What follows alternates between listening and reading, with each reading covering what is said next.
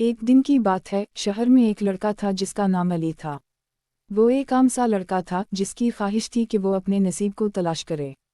علی کا نصیب کیسا ہوگا وہ خود بھی نہیں جانتا تھا، لیکن اس کے دل میں ایک بڑی خواہش تھی کہ وہ اپنے مقصد تک پہنچے۔ ایک روز علی نے فیصلہ کیا کہ وہ اپنی نصیب کی تلاش میں نکلے۔ وہ اپنے دوستوں کو بتا دیا اور ان کی رہنمائی سے اپنا سفر شروع کیا۔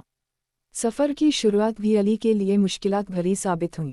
وہ اپنی مقصد کی طرف بڑھتا تو مختلف پریشانیوں کا سامنا کرتا، لیکن اس کے دل میں ایک حلم اور ایک عزم تھا کہ وہ کامیابی کی چڑھائی کو چڑھے۔ سفر کا ایک میدان مشکل کا تھا جب علی کو محنت سے گزرنا پڑا۔ وہ کبھی کبھار مایوس ہوتا لیکن پھر بھی نہیں ہارتا۔ اس کے دوستوں نے بھی اس کی حمایت کی اور اسے مزید ہمت دی۔ ایک دن علی ایک بزرگ آدمی سے ملا جس نے علی کو ایک مشورہ دیا۔ وہ کہا کہ نصیب کو تلاش کرنے کے لیے تو اپنے دل کی آواز کو سنو۔ دل کی آواز ہمیشہ سچی ہوتی ہے۔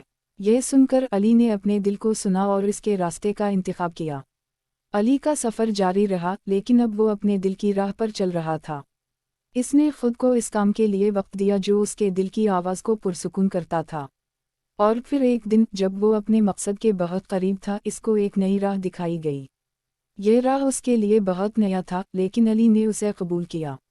اور اسی طرح علی نے اپنی نصیب کو پایا۔